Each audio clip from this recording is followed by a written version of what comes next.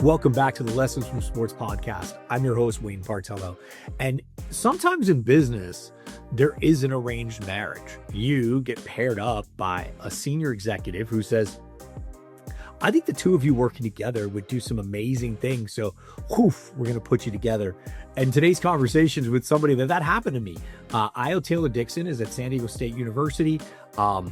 He started the week before Cuento started with SDSU Athletics, and their athletic director, JD Wicker, said, hey, we're going to pair you guys together, meet, and go do amazing things together. And Ayo, in this conversation, we go through the journey of his career. We spent a lot of time on it because the amount of moves and adjustments that he's made throughout his career, I think, is just riveting and a great journey for somebody who's thinking about getting into the ever-changing landscape and the ever-changing career landscape of college athletics.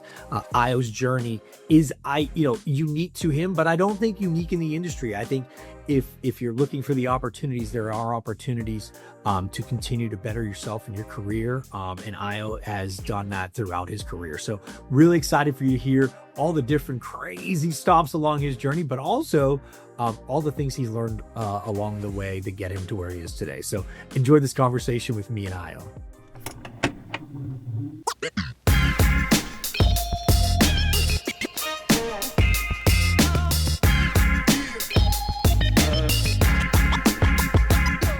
All right, so this one's going to be really fun because as I've gone through this journey of the project of interviewing different people I've met throughout my career, and Ayo and I mean, we were kind of like an arranged marriage. Like you landed in a new job, I landed a new contract, and they were like, hey, by the way, you guys are going to work together all the time.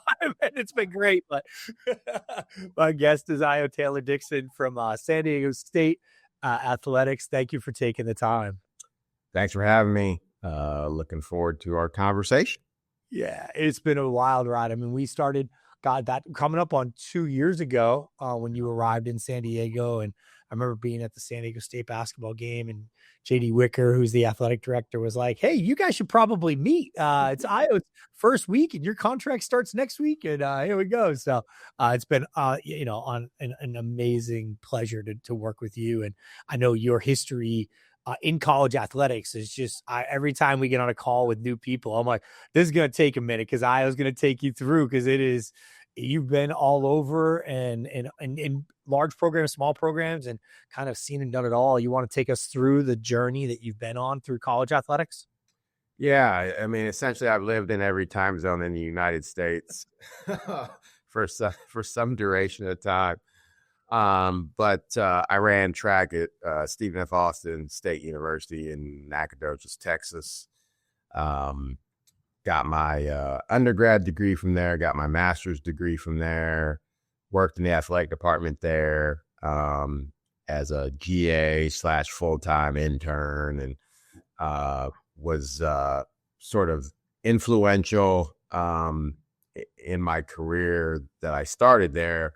Because I did a little bit of everything. I monitored study hall. I ran a Coke trailer in the tailgate zone. I managed program sellers during football games. Yep.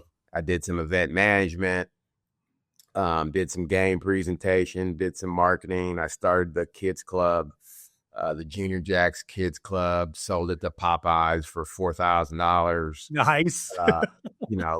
Some trade and some cash mixed in there.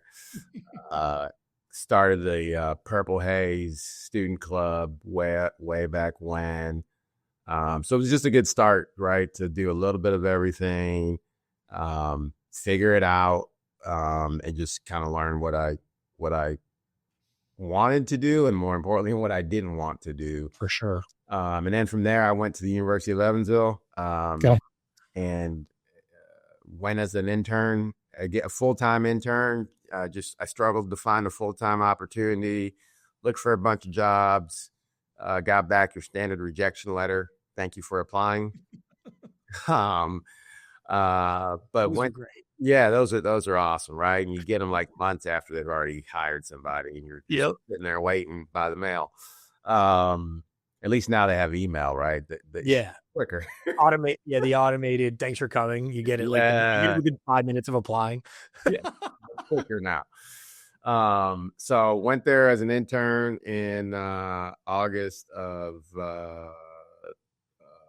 2002. Okay. And then again, right time, right place, got lucky, got promoted to a full-time job after 6 weeks, Nice. where I took a full-time job as the director of marketing and ticket services. So I had a bunch of marketing responsibilities, but I also ran the ticket office. I knew zero about running ticket office. It was old school Ticketmaster Classic with the black screen, the orange letters. I had to learn all the commands. Fortunately, These kids will never know, man. They'll never know. It's like I worked in radio where we had to learn to cut the tape with the razor and then tape it back together. It's like they'll never know what splicing actually means.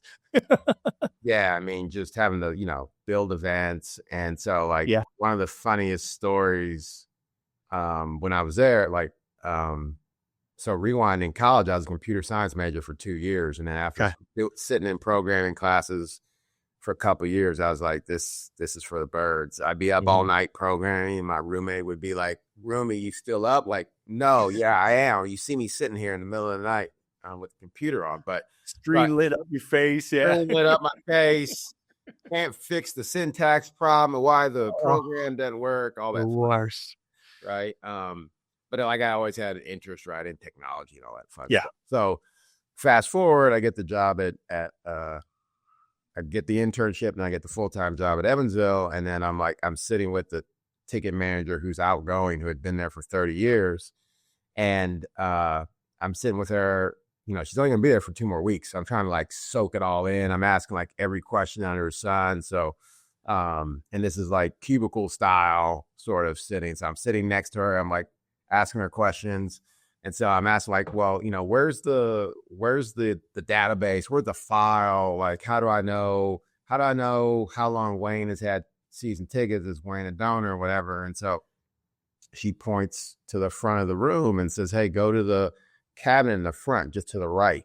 And so we had this counter that opened up. That was a counter, two-way counter, right? Where people would come to the window, we'd service the window.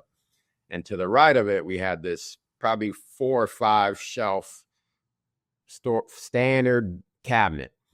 And so I go to the cabinet and I'm like, all right, what am I looking for? She's like, well, open the top. So I open the top and and there's these 3 or 4 boxes in there. And she goes, hey, pull out one of the boxes. So I slide out one of the boxes. And I kid you not, these are index cards that are color coded, white, pink, blue, light green, and seat locations written on in pencil, and their donor levels written. No way. Oh, yeah. And then on the back, there's other notes. And so that was the the donor records, corporate sponsorship records, all the records that I now, as a what was I back then, 23-year-old, had to figure out, okay, this is what I got to manage. So I built a FileMaker Pro program. Most of the people listening to this probably don't know what FileMaker Pro is. But we had no efficient way to do invoices, do letter, all the standard account maintenance. We had no easy way to do it. So I basically wrote this FileMaker Pro program, which is essentially kind of created a dashboard and had your name in it. And then it had your seat location, had your donation level, all that. So FileMaker Pro, I don't know who made the program, but you could do mail merges. You could, you could use that information and do variable data into different things. And so my 2 years of computer science helped me. Yeah. Well, it came back. We always talk about the things that you do along your way. Yeah. You had some interest in it at some point. Yeah. So it's good to get some of those skills in the tool belt because next thing you know, you're sitting in an office and everything is analog, and they're like, "Hey, kid, Yeah. can you figure this out?" And that, having that skill probably allowed you to excel pretty quickly there, because they went from the Stone Ages to digital Yeah. age, Yeah. and they didn't even realize it was happening. You just made it happen.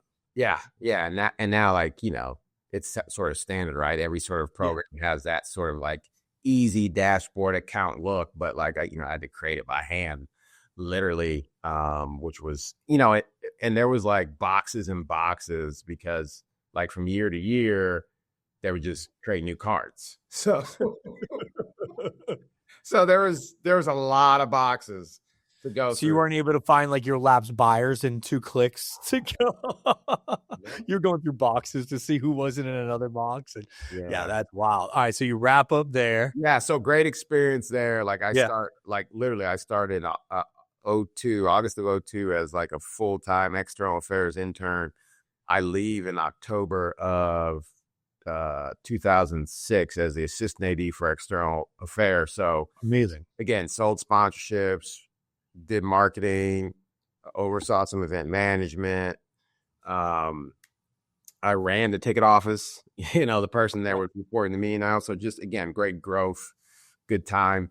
And then when I left in October of 06, I went to the University of South Florida in Tampa, and was there from October of 06 to February of 2014. And, much like my time at Evansville, right time, right place, got lucky, was there for what I say, a lot of seminal moments over time.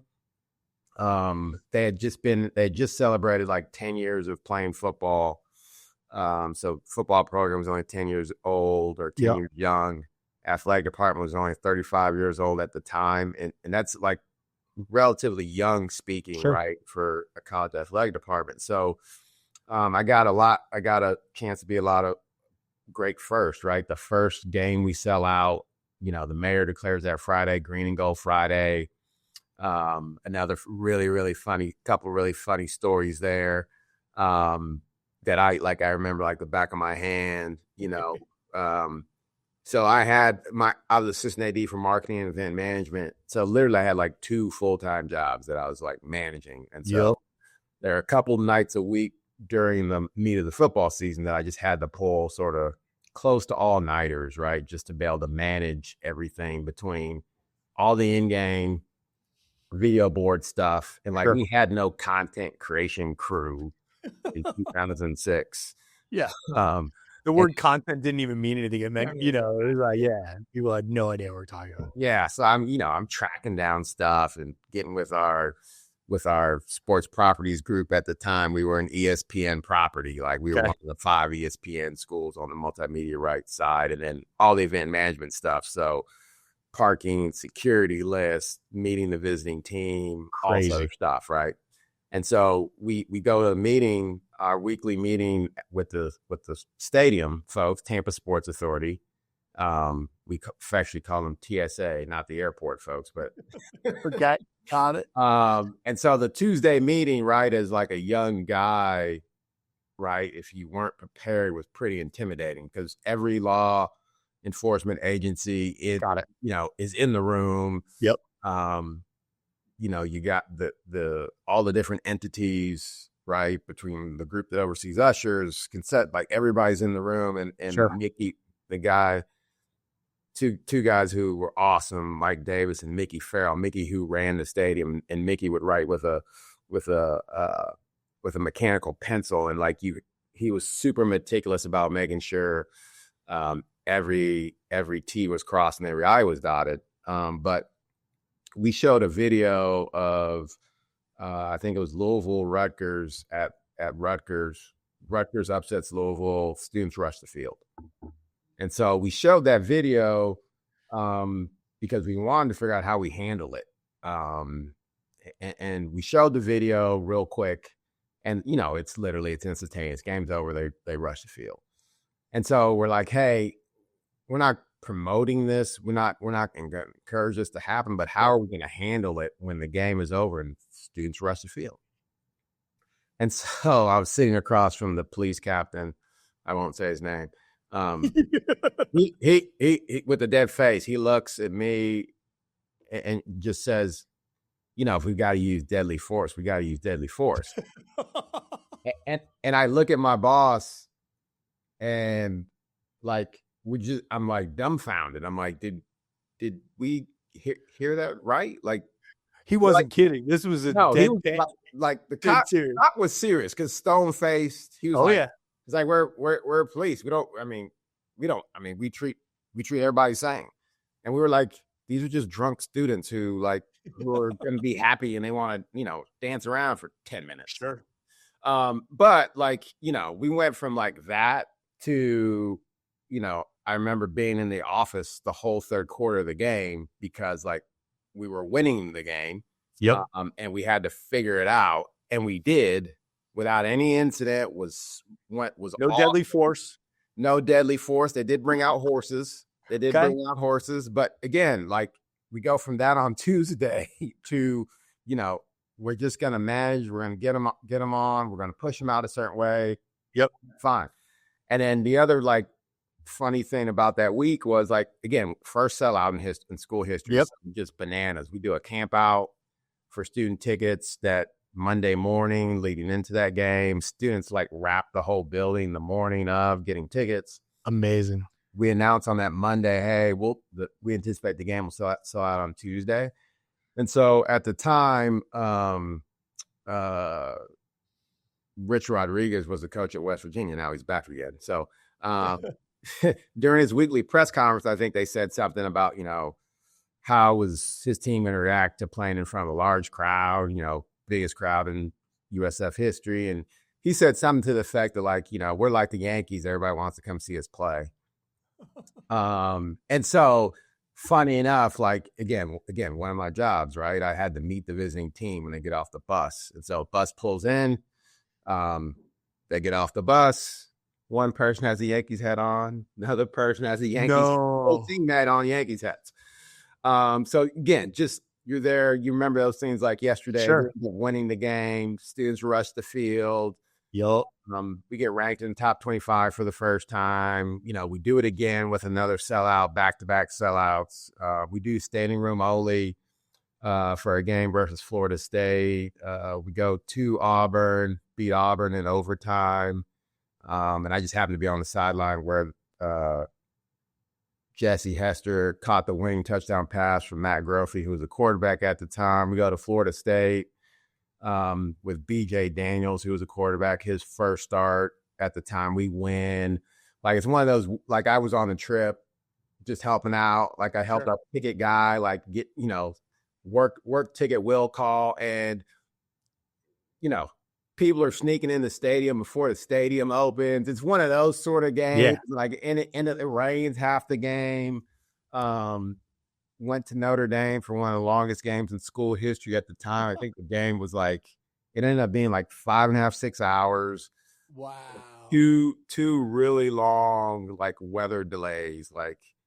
One of them was and lightning. It's one of those where you get a strike. Yep. And everybody's got to go in. Yep. And you're waiting, and then it gets close to everybody coming back out, and another strike. So everybody one of those, right? And Skip Holtz was the coach at South Florida, who is Lou Holtz's son, and so it was unique experience because he was going where his dad has a statue, right? And so we won that game. First time our team ends up being in the NCAA tournament. So you're there for that for men's basketball. We played in the in Dayton. We beat Cal by 30, and then we go. I can't remember where we went after that, but we won in the first, which is now the second and third round, and so you get to be a part of that. Softball going to the College World Series.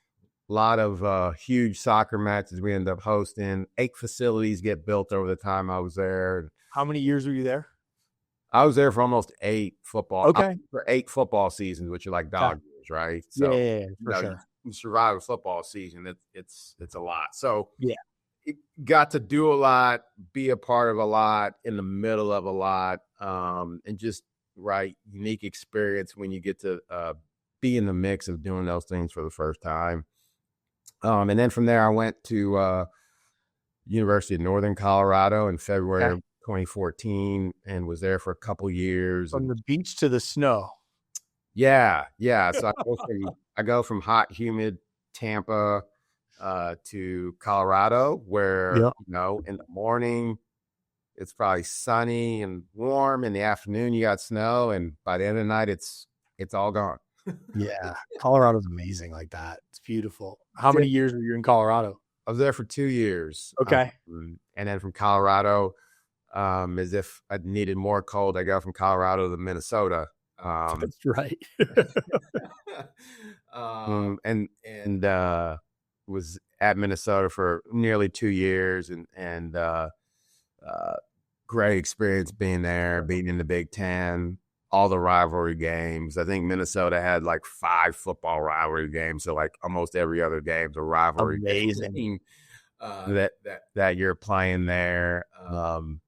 Was there, when they hired PJ Fleck, who's a football coach, so got to be a part of a lot of that, and scripting out the first day, which is something I've done a few times at a few different places, which is a unique experience. Those are fun ones, man. Like building that, because those stories go everywhere, and it's like how you map the day. Yeah.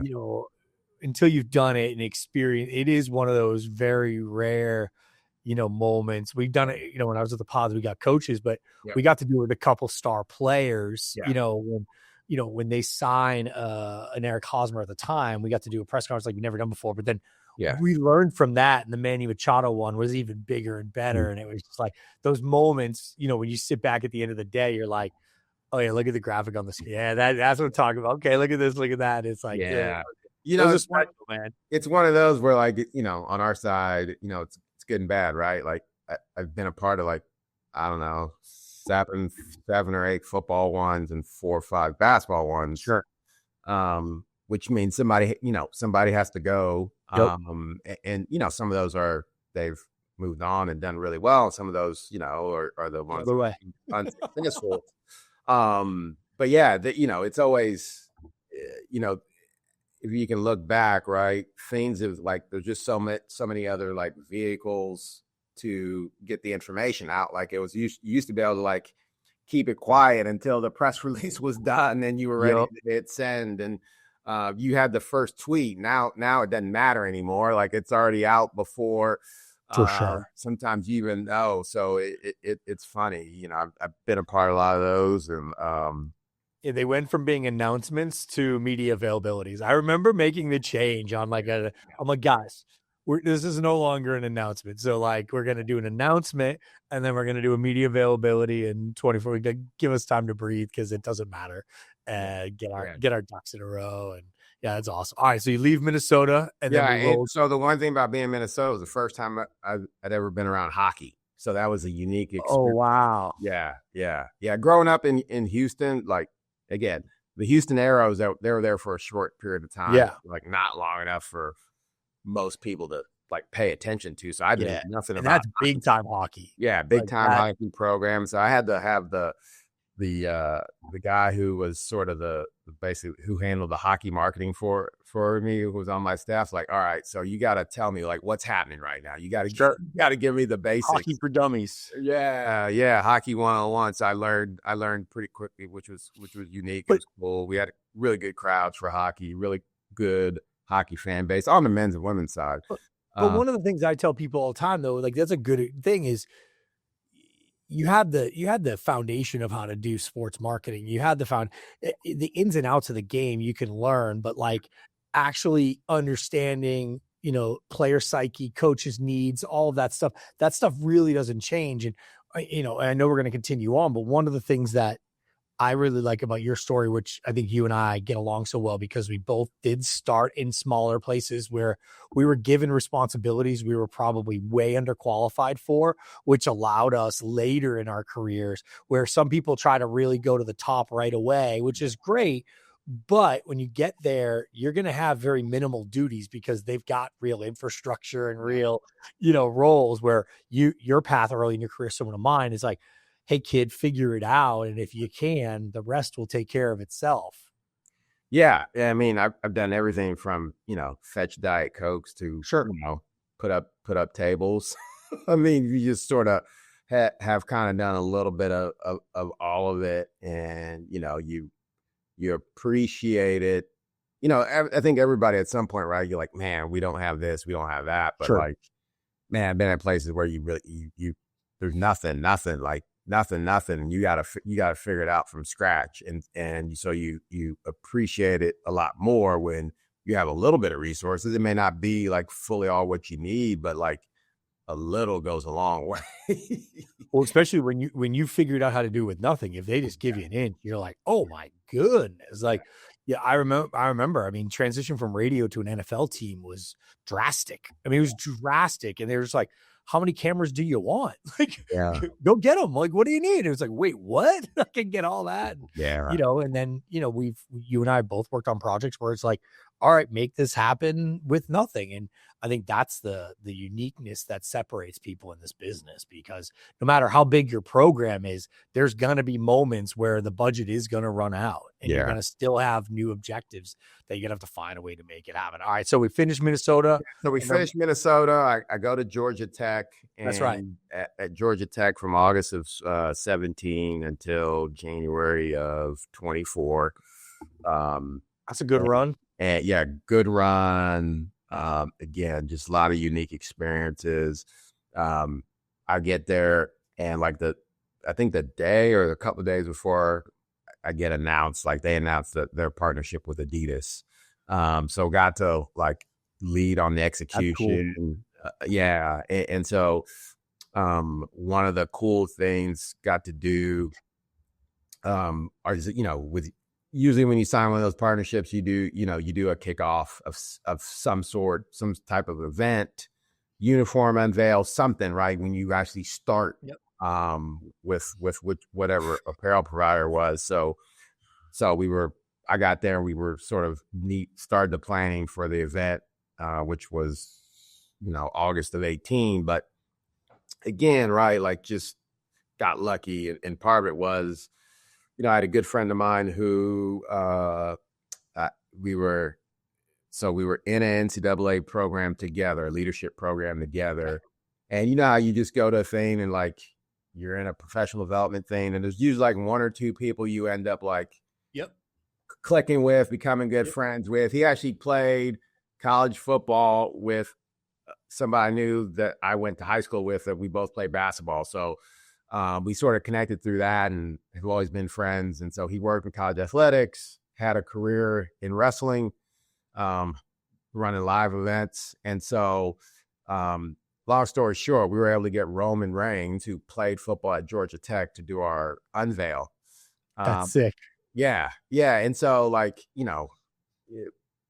perfect storm, right? Like, we wanted to sort of like do something that was like truly cool, because they had worn Russell uniforms forever. Yeah.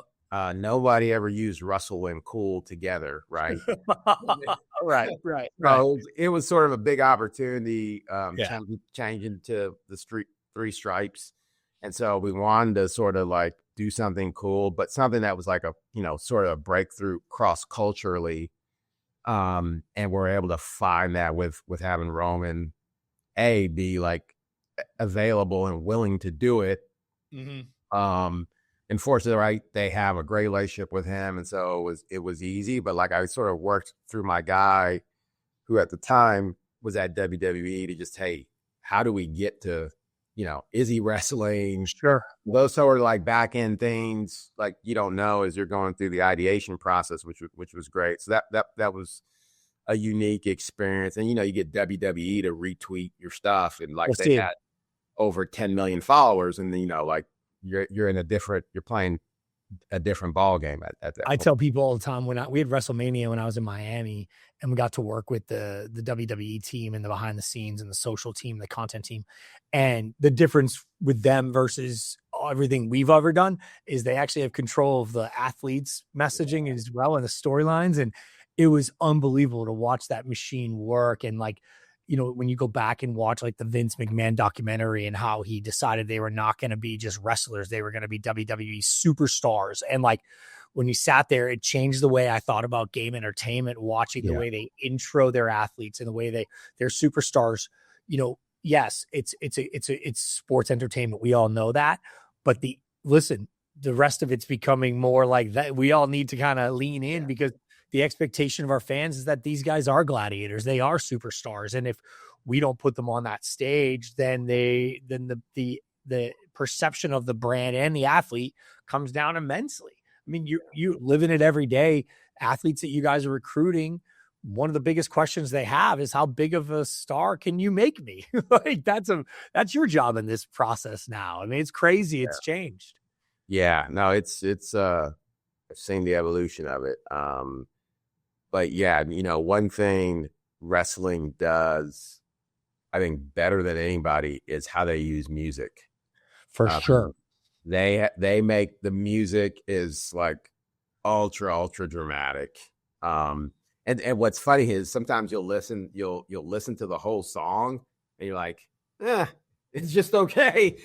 But when they play it at sort of the right part of the song, and whatever, the wrestler comes out with the pyrotechnics and he gets people to sing and does something like the song becomes personable versus it's just lyrics and some beat. It becomes a different thing. And so for sure steal stuff from them all the time. And he was such a great dude to deal with. Like it made it even better because he was awesome. I gotta tell you a quick one. This was very funny because we got to work with John Cena at the Padres. We were doing something with him and we were the players, a long story. But anyways, the woman who was coordinating his arrival, she's texting me. He was driving to the ballpark in a giant white Rolls Royce. I mean, just beautiful. And he's like, "Hey, I'm in a white Rolls Royce." She's like, "Okay, got it. I see you." And he texted back, "No, you can't." I thought that was the funniest thing. I was like, dude, in character, that is so funny. Like, we laugh forever. He's like, "No, you can't." Like, that is just like, I love it. Good. Those guys they're pros, man, and they are awesome to work with. And it's great. We could do WWE. How about this? We're at 30 minutes, Io. We haven't even got to San Diego State yet. All right, my fault. I told you. And I've left some things out. I know the journey of Io. All right, so San Diego State. Yeah, get here January of 24. Probably it was like January 16th. So drive from Atlanta to San Diego, which was an interesting 3-day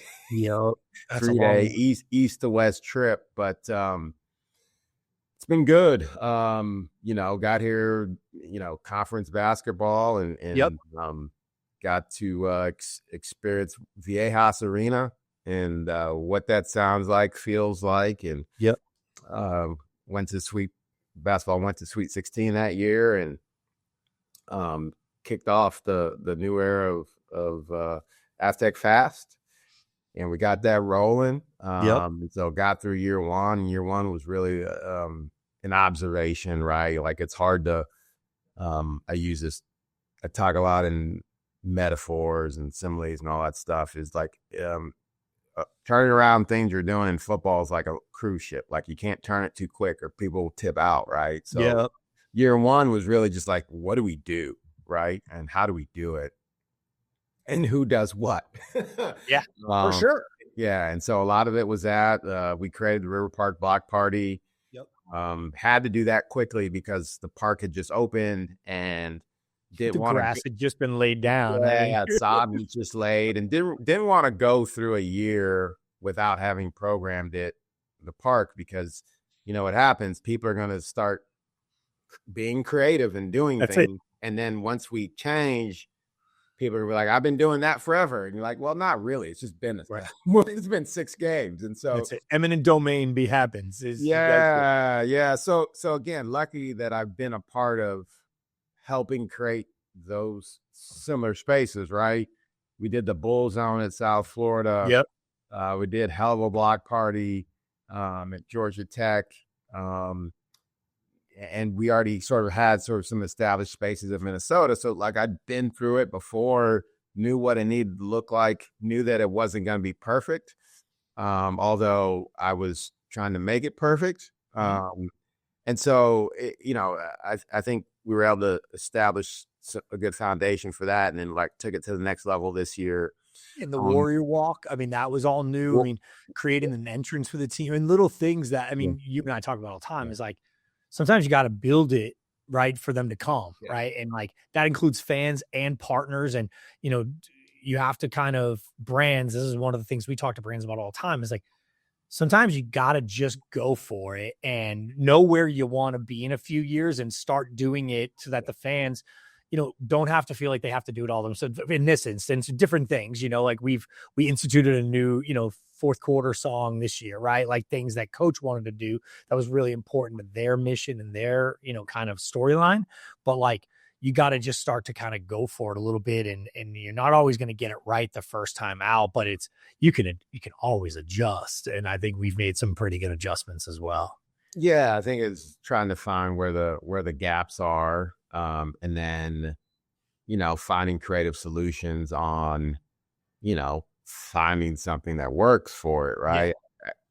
I lose track of the number of content pieces that we've started in a short time, but so much so I can't keep up with them now, for right? sure. But that was a huge void when I got here was just being able to tell our story from our point of view, and we're still not anywhere where we want to be yet, but like there's way more out there on a more regular basis. But part of that was just again trying to figure out how we get from A to B, or how we Yeah, get really from A to D. Um, and sometimes, right, you got to take the S curve to the fly ball to be able to get there, instead of the straight path. yeah, Uh, and so that we had to do some of that, but I feel like we got a pretty good foundation under us now. yeah. I think there's a good sense of knowing what the expectations are. So I love it. So we've been chatting for over a half hour. We finally got to where you are today.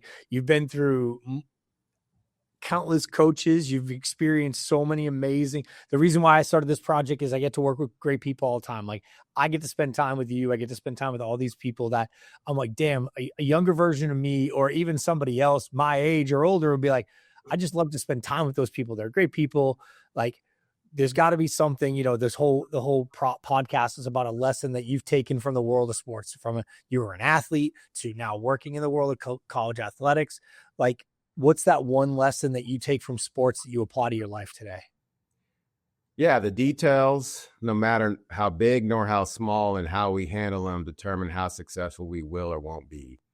Yep. Um, there's it's funny now, but probably I think it was my second year at the University of Evansville, and our athletic director at the time, I was still the director of marketing ticket services, and I had a lot of I was the ticket manager, but I Right. had a little bit of marketing responsibilities, and one of those was group sales, and had to sort of sell youth basketball Okay. and youth sports in general. And so, I got asked a few times, and I didn't really have any good answers, where we were. And so, we had, like, we would have these mini retreats in the library there because we didn't have space to meet in Right. our offices. Our offices were like in an old school gym, right? Okay. Yeah, like it was a gym. There was like two gyms, and there was some classroom space and some like small office space, but that was it. So like Okay. meet in the library until the library closed, and they would come and say, "Hey, like we're about to close." um, and Yeah. so yeah, lots of those. So we were in one of those, and sort of we were coming up with, like, the idea was like to do a basketball tournament, right? Where you sell group tickets, and you run a tournament, and the Mhm. teams that win in the whatever divisions they are get to play on the big court, right? It's in, great. in the arena. So the idea was, yeah, we'd sell these group tickets, we'd have some teams play, and then the final games would be halftime, or they'd be the morning of our game, and we'd recognize the team's halftime. So we put out this plan. I think I can't remember what the price was. It was like, I don't know. It was like $5 a ticket or whatever. Okay.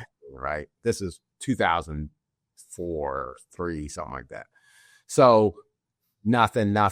Like, I think I got out in front of it for like a month. Nothing. I'd sent things out to like the database collection I'd had, made some calls. Nothing.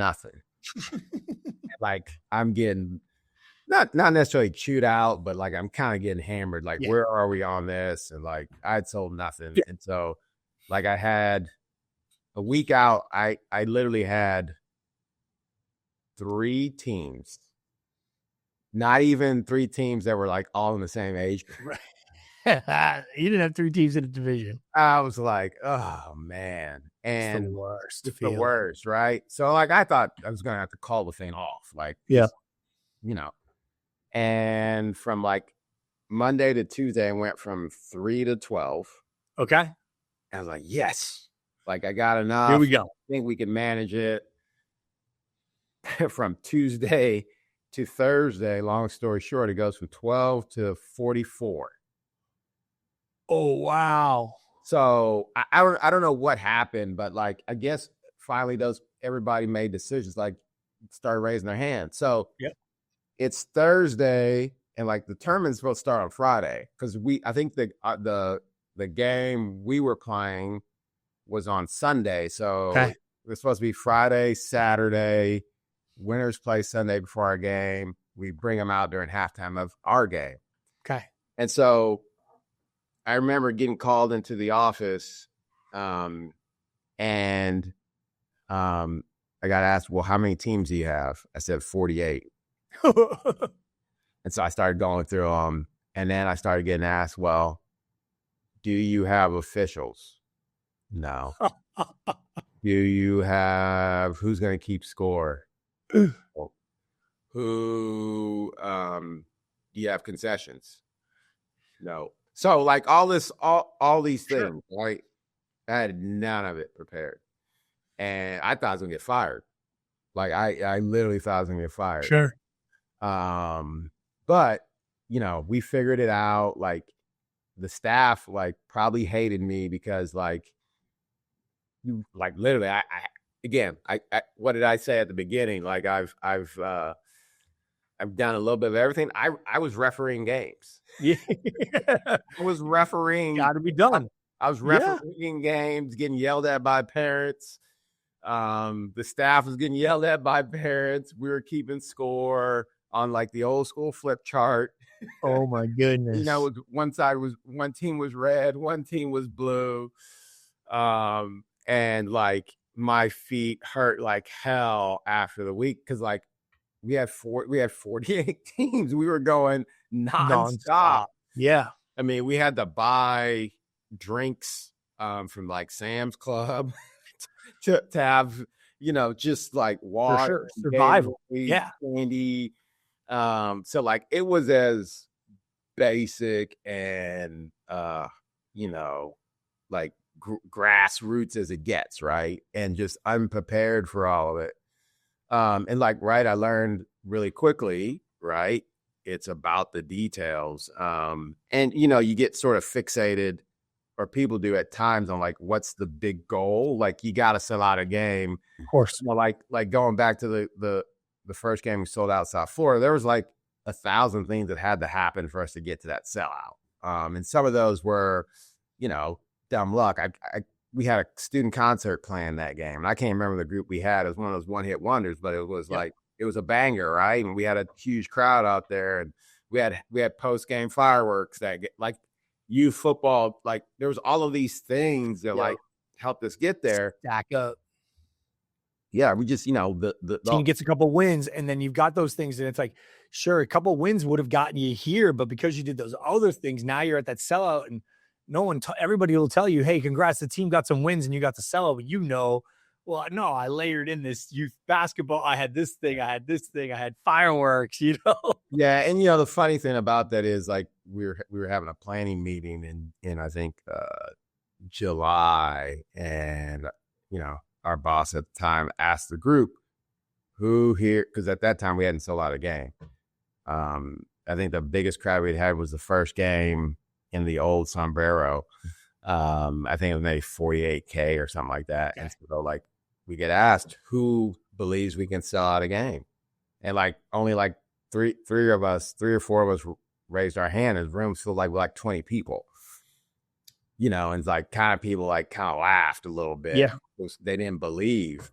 But like, again, it's funny looking backwards, right? Like months and months backwards of like all of the things and like believing that we could, you know, so it's a lot about the details, you know, and I have stories where, you know, for whatever reason, details weren't followed, right? And things didn't go as well. So it's just a reminder that like, no matter how big the goal is or your ambition is, like you got to sort of like lock in on the details, right? No matter how minuscule they might be, but like how you handle those things, when they're good and when they're bad, right? At the end of the day, determine if you're going to be successful or not.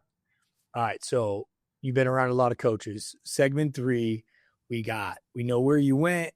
We know a lesson that you shared now, like every coach or administrator or any of us, we've all been on the hot seat. Yeah. This is the hot seat. Rapid fire questions, quick answer, just like what comes to mind. So you can eliminate the boss you have today so that we can leave that off to the side. Best boss you've ever had, separate of that.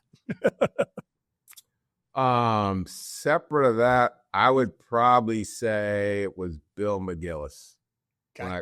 I had him a couple of times when I was at University of Evansville and then at South Florida. Nice. Okay. You don't get many days off, but on your off day, where am I going to find Ayo?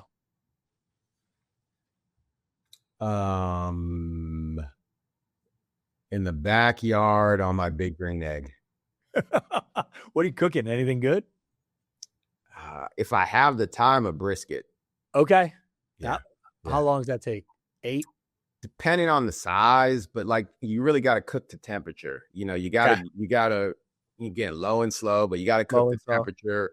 You got to get, you know, I get it up to 175 internal temp, and then I wrap it, and then get it to, you know, 205, and I take it off, and you got to let it sit for about 45 minutes. It's got to be tender. Got to be tender. You got to be able to pull, like slowly pull. I don't have the patience for it. I've tried it. I can't do. I can't. You know me. I can't take that much time. I'm like, all right. It's worth it when it's done. No, that's for sure. My neighbor does it, and I love it when he brings it over. That's amazing. That's my favorite part. Yeah. What was your event in track? I triple jumped, long jump, and then as I tell folks, every now and then our coach Phil Olson, awesome guy, he would make me run the B team 4x400, and I'd be like, "Are you sure you want me to run a 400? Like I'm a jump." And he's like, "That'd be good for you." That's great. Love it. Favorite sport spectator moment not working for a team?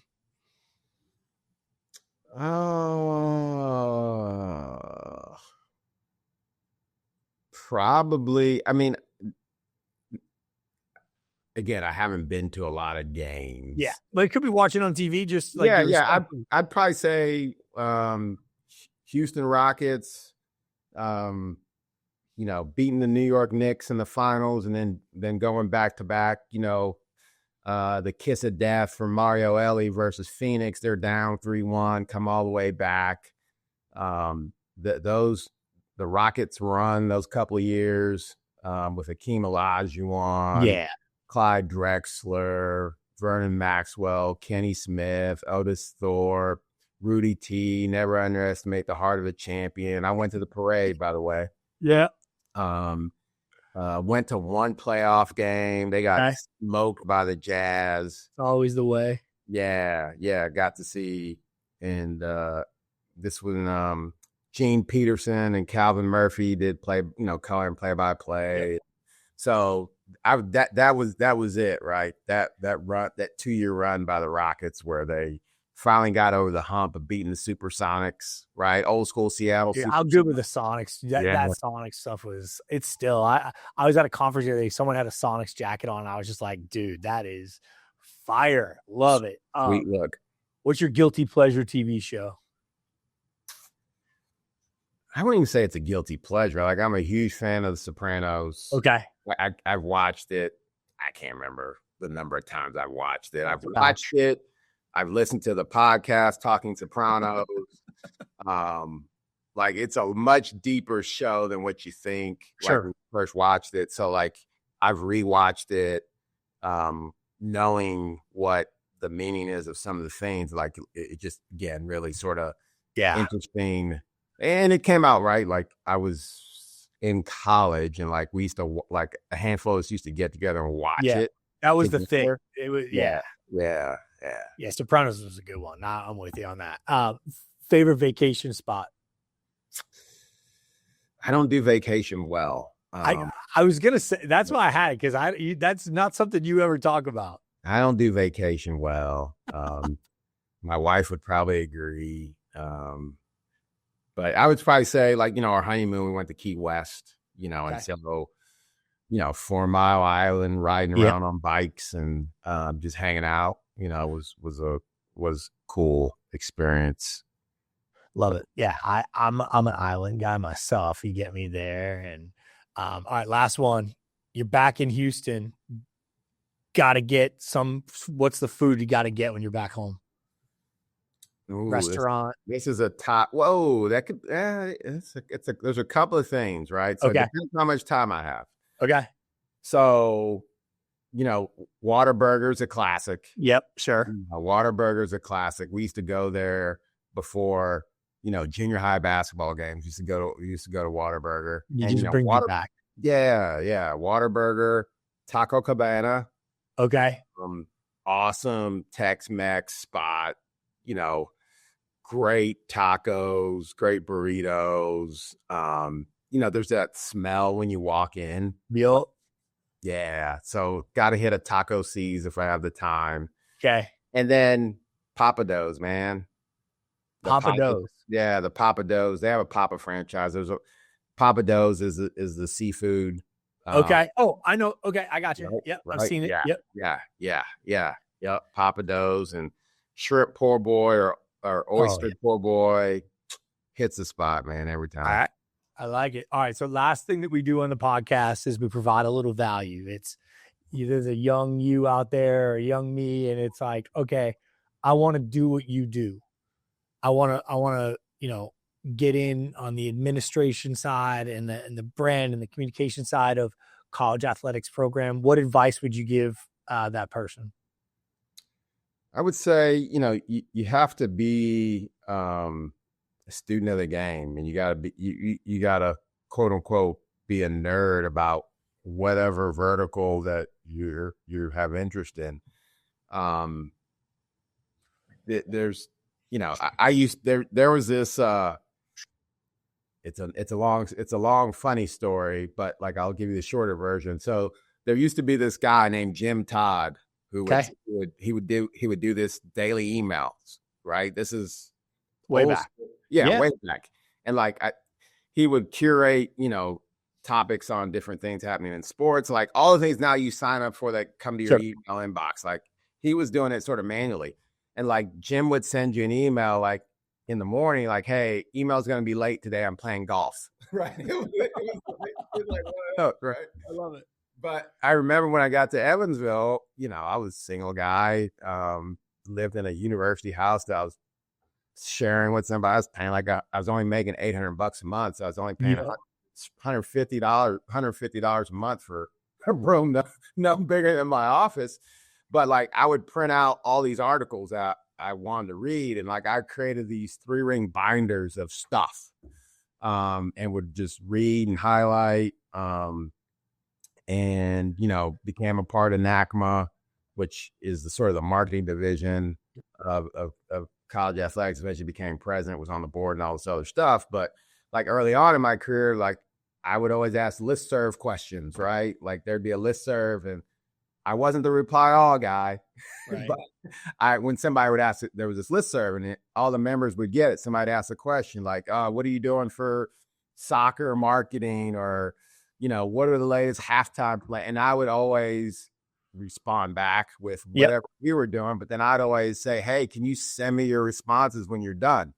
And so like developed like a really cool network of people within the business Sure. who were in the same shoes I was. And so like your learning picks up a lot quicker, but like now you can just do those things with a search, right? Really quickly. But I But it don't know. forces people to be a little lazy, right? Because like Exactly. you had to work, and I'm with you on this. Like, student of the game is a really important one, but don't rely on the crutches that are there for you. Still do the works, because that's what's going to absorb it and make you kind of, you and I get in meetings and we see people, we know who knows what they're talking about, and we know who's leaning on some heavy crutches. You can just feel it. Like, they either know what they're doing or they don't. And you want to be the person in the room that you're like, that person loves this, man. They do the work. Like, you could just feel it. Yeah, and the other thing I would add is, be a student of the game, and it's okay to fail, right?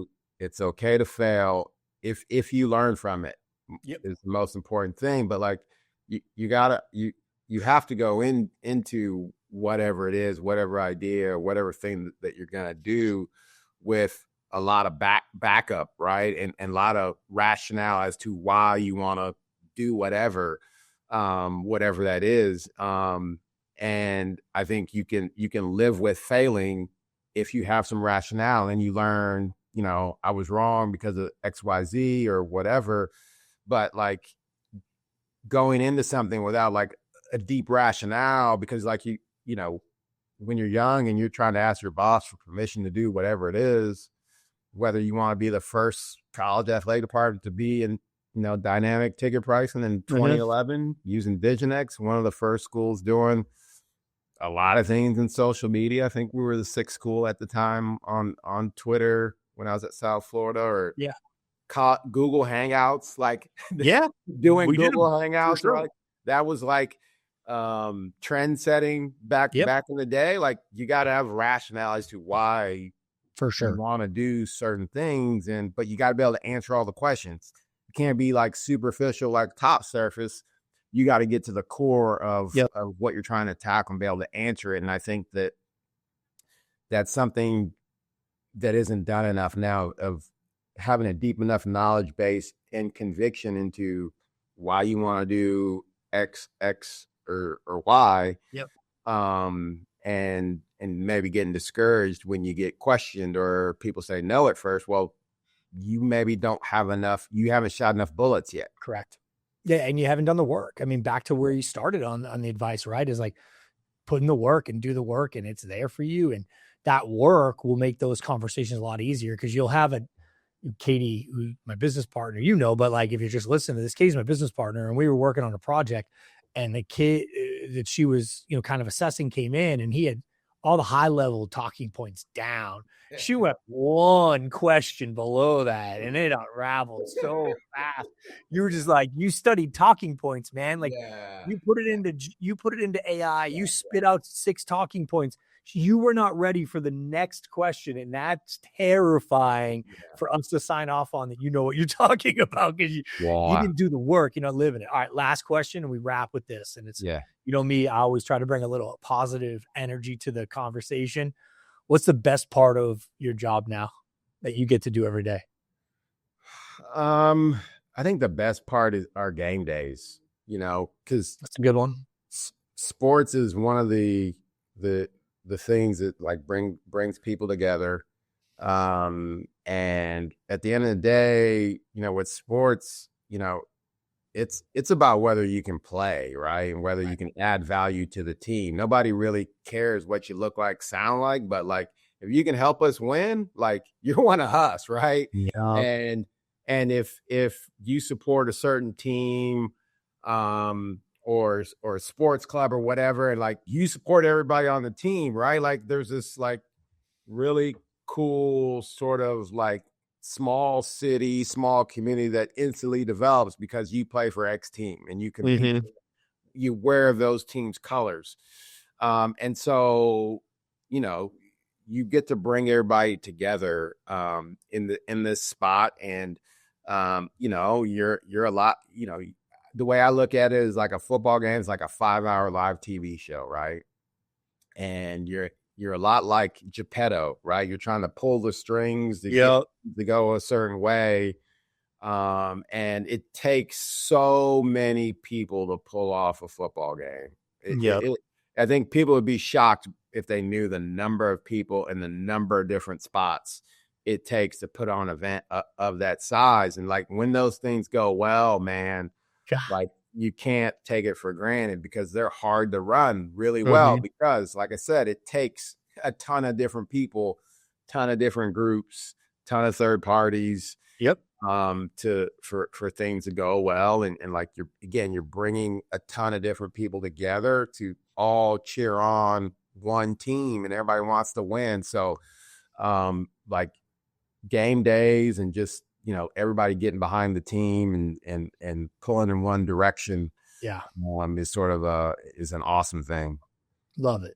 Thank you so much for taking the time. I know we went long a little bit here, but it's worth it because I think for me, one of the things I love when we met and then the time we get to spend together now is the journey that you went on. And although it's always been in college athletics, it has been small school, big school, mid-sized school, new programs, new learning new sports, all these things. And I think you and I have always been really aligned on like sort of the mission and the storytelling and the opportunity to bring these things to life and the experience that we try to bring to all of it. So thank you for everything. We appreciate you, A, as a partner, but B, being here today to just sort of chat this through and provide a little value to the people.